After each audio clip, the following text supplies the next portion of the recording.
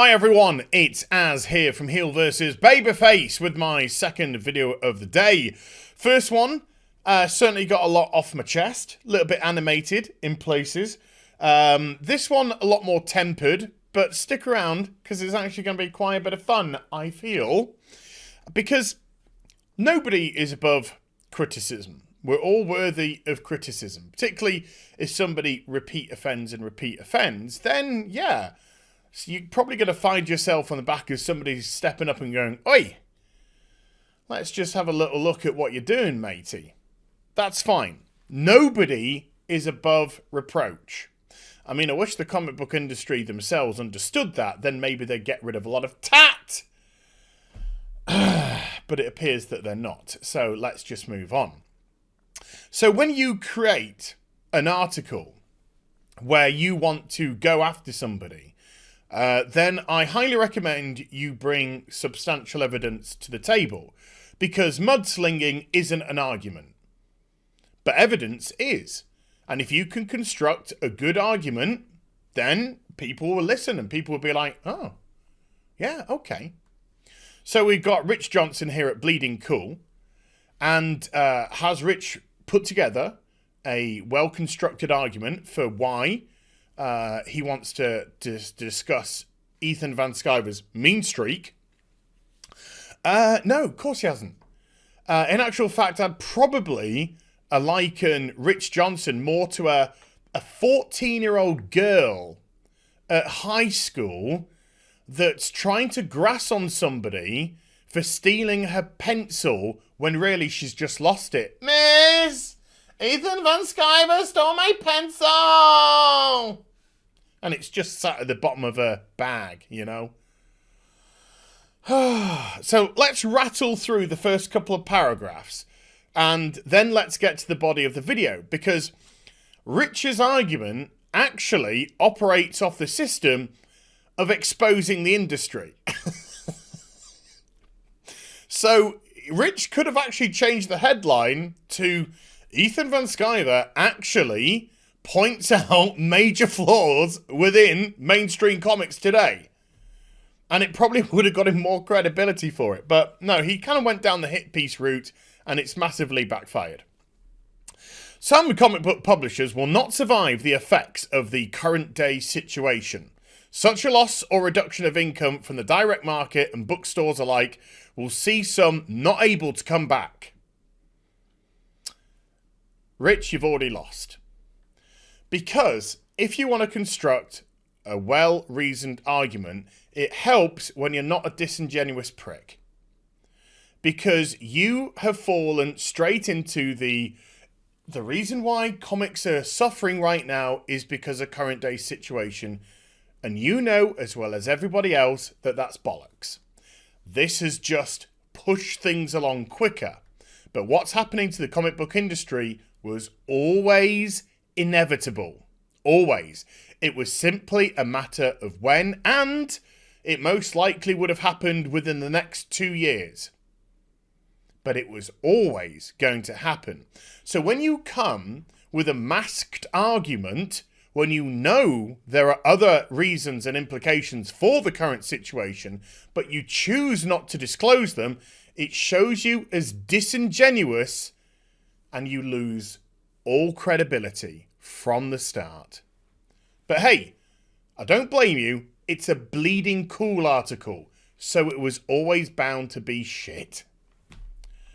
While Marvel and DC Comics are still encouraging creators to keep on, as they were, smaller publishers are feeling the heat. There are comics that use other forms of distribution, goes into Viz, Phoenix, Judge Dredd, and 2000 AD. They should be fine. And those who use crowdfunding services such as Kickstarter, Indiegogo, Patreon, publishers like Iron Circus Comics who monetize their subscriber base should also survive. He then goes into Valiant, and then this is his pitch. A lot of comic book creators, especially those outside the big two, will be losing their gigs. Is this time for Ethan Van Sciver to show a little empathy to his fellow creators of all stripes? Block capitals. Ethan Van Sciver stole my pencil! I mean, lashes out again! Enter 14-year-old girl grassing up on teacher. So what exactly is the first evidence presented? First evidence presented is this. A tweet from G. Willow Wilson. Now, who is G. Willow Wilson? I'm going to try and put this as politely as possible. G. Willow Wilson is a woman of extreme privilege. Extreme privilege. Who loves to play victim. Who loves to weaponize minority statuses and use it against others as if the world was against them, building up a horrible cloud of fear and toxicity around her, while she benefits from it all and gets offered gigs because of her privilege and her status as a white Muslim woman. She doesn't particularly wrap herself in any glory whatsoever. She doesn't particularly come across as a nice person. She is an activist. She has a huge agenda. Yes. So she gets the tweet and she says, just got the first of the dreaded pencil down emails. I imagine there will be more. It was inevitable. After the store closures and diamond announcement, sending love to all my comic people, artists, writers, retailers, editors, fans. She's also massively smug, by the way. This really sucks. And then, tagged on, we have Kate Leth. And she replies, yep, got one last night. She got her hashtag pencils down. My sympathies. So maybe Kate is a nice person. Maybe Kate was caught in a crossfire. Let's just have a look at Kate Leth, shall we? Oh, holy shit. Oh my. Oh, sorry. I'll just scooch this across because there's my personal favourite on the right-hand side here. It's the hashtag kill all men. Kate. Oh, you are such a disgusting, horrible person. So, we have somebody who is absolutely disgusting. And another professional victim. And then we have somebody who weaponizes minority status and fearmongers for her own personal benefit. So what does Ethan say? His Holiness the Dalai Lama said there were many ways to nirvana, but this is the quickest. Pure ecstasy. Hashtag pencils down SJWs. Hashtag comics game. So, to me, that is two people who got what they deserved. Karma. So these aren't victims. They play victim, they're professional victims, but they aren't victims. They're people of privilege who have been granted stuff off merit. We can debate that all day long. But they've been told to put their pencils down. I would say this is karma. People who actually got what they deserved. Let's move on. Down goes G. Willow. Down goes Kate Leth. Yeah, sure, there's a little bit of profiling there, but, you know, not wrong. It's not as if he's saying, hey, down with all those people who are working in salaries. Down with those people in accountants. Ha, ha, ha, ha. No, those are people I'd feel sorry for if companies went out of business. Not people who are granted and given stuff purely because of their ideology. So sorry, Rich, you kind of lost the first round, I feel. So next up, we have Erica Henderson, who recently, I say recently, it's cancelled, obviously, obviously, like picked up a pen and went, and then it said, "Hi, that's Squirrel Girl." So she did a bit of that. Just one of the worst. I used to tune into your boy Zach to watch his reviews on Squirrel Girl, because he actually made it hilarious to see this unmitigated trash be given to somebody and put out for the public to buy. And you're wondering why comic shops are going out of business. Fucking hell. And have been going out of business for years and years and years. Anyway, moving on. So Erica says, imagine honestly thinking we get into comics for money or acclaim. And then we have Heather Antos jumping onto the end here. Well, I know I personally went into comics to burn the industry and tear it apart from the inside, and for the money and the acclaim. Both as if they went into the industries for the pure love of it. Well, Erica Henderson used it as a stepping stone. And also, if you are a editor, a writer, an artist, if you are somebody in one of those positions and you're not in the industry to make bank, why? Just because you purely love drawing? No. Bullshit. Everybody knows, if you make it in this industry, you can make exceedingly good money. Exceedingly good money. You show the talent, you get the right gig, you display what you've got, boom. You can set yourself up for huge things. Oh, no. I'm just coming in here for the love of the art form. Fuck off. But Heather exposes herself further. No, not like that. Fuck capitalism, she said just a couple of weeks or so ago. Fuck these companies. Even if I could afford to travel again, after this, I wouldn't use them. To which somebody has a very reasoned and rational response. Hope you get everything figured out. They're being very polite. But capitalism isn't the blame. It's bad customer service, but really hoping you get refunded for this. Sucks how things are going. But she's obviously talking about something else. But fuck capitalism. That's how you make your money, Heather, through capitalism. I know there's a bunch of socialists and communists in the comic industry right now, but capitalism is how you make money.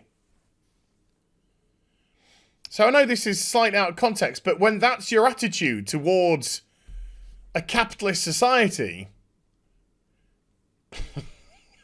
I think you picked the wrong line of work. So how does Ethan respond to these? Then get the fuck out. If you were never doing this to make a great living, you're part of the reason comic shops can't weather 2 weeks of closed doors. This industry is a joke filled with pretentious, parasitic clowns that produce nothing but conflict and echo chambers. And if you have seen any of Erica Henderson's Squirrel Girl, then you will know that Erica didn't give a shit about the art form. She didn't give a shit about comics whatsoever. Stepping stone onto other things. Taking the place of somebody who might have actually wanted to really make a difference in the industry. Ay vey. And the next two I'm going to bundle together because I think the argument works for both. So again, actually, hold on. So again, Rich, all you've said is somebody that abused the industry, used it as a stepping stone, produced appalling work, and another person who doesn't believe that the industry should be successful through the art of capitalism, is a socialist, whatever, got called out for exactly what they were. Then get out. If your heart's not in the industry, if you're not coming in to go, right, I'm going to produce great work, I'm going to make me some bank, I'm going to make a name for myself. I'm going to do what it takes to succeed. If that's not your attitude, get out. There's nothing wrong here. You're 0 for 2 now. He's just exposing the fucking frauds in the industry. So let's go on to the next one. Like I said, I'll bundle these two together. We've got Mark Miller, and we've also got Bada Bawley, maybe. Let's start with this bottom one first. So they say, that being said, I think Van Sciver isn't seeing the big picture, that recent developments could hurt the comic industry in general, even self-promoting creators like him, because this is mainly hurting comic retailers more than companies, but I feel he's too stubborn to get that. No. First of all, I don't think anybody, and I'm not speaking for Ethan here because I'll say what he says, everybody knows who's feeling it, which is the brick and mortar stores immediately. They're the ones who are screwed out of all of this. And they're screwed out of all of this not just because of the diamond distribution, but because they've had to weather year upon year upon year upon year upon year of saturation of shite thrust upon them without the ability to return. While your Marvels and your DCs keep hiring based off other criteria other than talent. And so quality of the work has plummeted. Why would you want to buy a tat rag? Somebody who's been collecting comics for nearly 3 decades. I am barely picking up a modern day comic now compared to what I was in the 90s when I first started, and then into the 2000s, and then into the 2000 teens. Barely picking up a single comic now from modern day market because they're just shockingly bad compared. So, and Mike Miller says, I'll jump to this one here, make it a bit larger for my failing eyesight. Oops-a-daisy. Just scooch this down a wee bit. If EVS gets to 5,000 backers, I'll be shocked. Meanwhile, over 100 comics on Kickstarter have made over 6 figures without Comicsgate. Yeah, crowdfunding is a great way forward. So let's just see how Ethan himself responds to both of this. So to the first one, he says, bless the comic retailers, but you don't understand why Comicsgate is so durable in this crisis.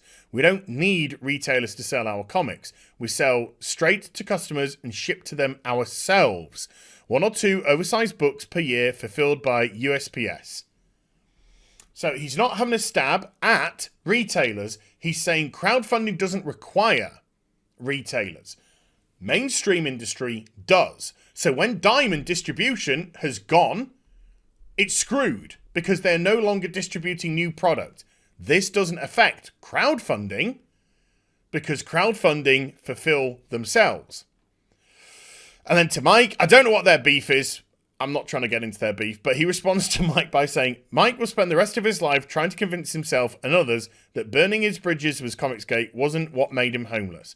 If other comics on Kickstarter can get to 6 figures without Comicsgate, why can't you? Now that is a fair point because that was Mike's own argument. Mike's own argument was, meanwhile, over 100 comics on Kickstarter have made over 6 figures without Comicsgate. So that's saying very possible, very easy to go onto crowdfunding and hit 6 figures without having to have the Comicsgate label, fine. But if you say that and your own product can't do that, then why is your product failing? I'm not trying to have a go at Mike. I'm just saying, if you're bringing that argument to the table, you really got to back it up. Whereas Ethan, and I'll bring this up, because this is the support argument, folks. With still just under 2 weeks left of his campaign, he's already got 3,700 backers. I'm just rounding up. It's only 5. Rounding up. And that's netted him so far $435,000. Nearly $500,000 for 3,700 backers. 3,700 comics, folks, from the mainstream marketplace does not raise nearly $500,000. And you're ranging your comics from £20 to £160. And I suppose there's going to be, specific one, art pages, original art pages, join the cast, sold out, an 8,000 one. Because of crowdfunding, you can do things like this. And that is why with 3,700 backers, you net yourself nearly $500,000. Now, sure, he's got to use that money to fulfill the campaign, but he's going to have a nice chunk of profit at the end of it. And in the time that Ethan has been doing these crowdfunding campaigns, he's earned himself $1.8 million. And this isn't a backhanded compliment, but there's not a huge volume of comics that have gone out, actual physical volume of them. So if you broke down per comic, the amount of money per comic of that 1.8 million, it's colossal. So all really, Rich's argument, hit piece about nasty mean Ethan Van Sciver is he said the way that crowdfunding works doesn't even need to be Comicsgate. You don't even need Comicsgate in this argument. The way crowdfunding works, you don't need that distribution line. You don't need that retail line. We are engaging directly with our customers. We are fulfilling directly. With Mike, he's saying, Mike's saying, hey, over 100 comics on Kickstarter have done it without Comicsgate. And he's gone, yes. Yours hasn't? Ethan Van Sciver himself pulls in 1.8 million. These two claim that they never got into the comics industry to make money. Then why are you there? Why are you there? Well, we know. Stepping stone and, well, move on. And then we have two people who weaponize and abuse their status of privilege to either or to cause fear for your own personal gain, got called out. Your hit piece is a mitigated failure.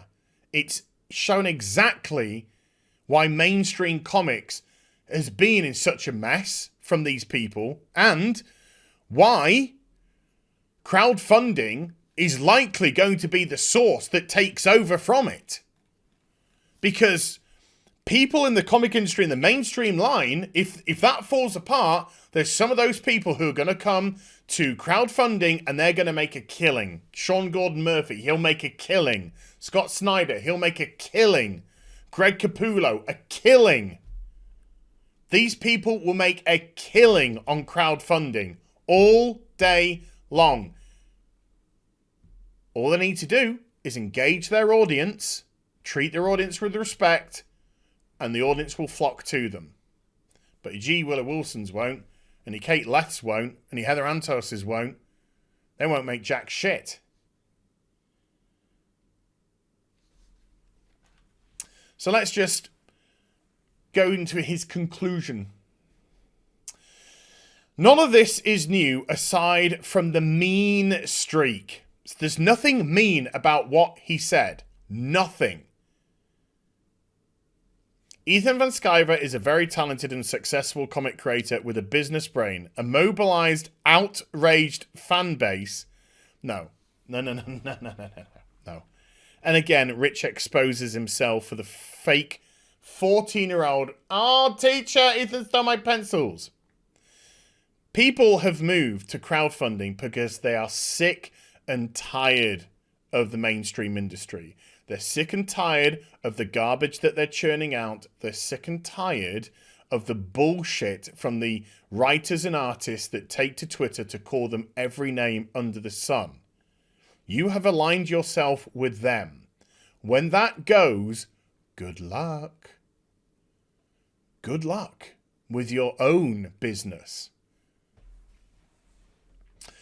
Has mobilized outraged fan base, enviable success, monetizing it as many have before, and bringing a number of his friends along with him. He hasn't monetized it.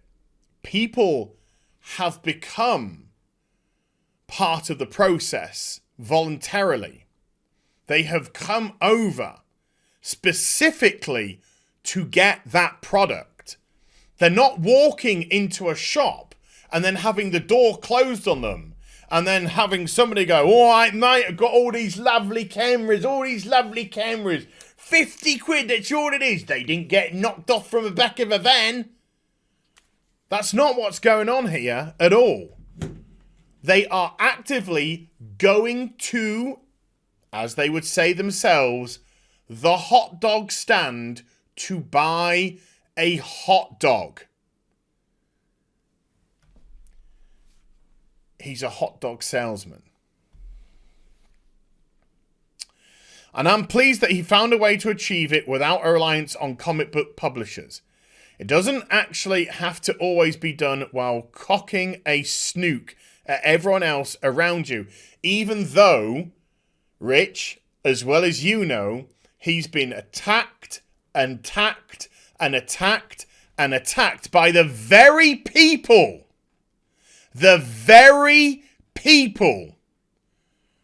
who he picks out here. But you seem to also forget to mention that because you are a disingenuous person. You are a fake. You are a fraud. As Miller has learned, you can fall off that friends list very quickly. Somebody just sounds like a very jealous, envious person. And I think that is what the vast majority of people are.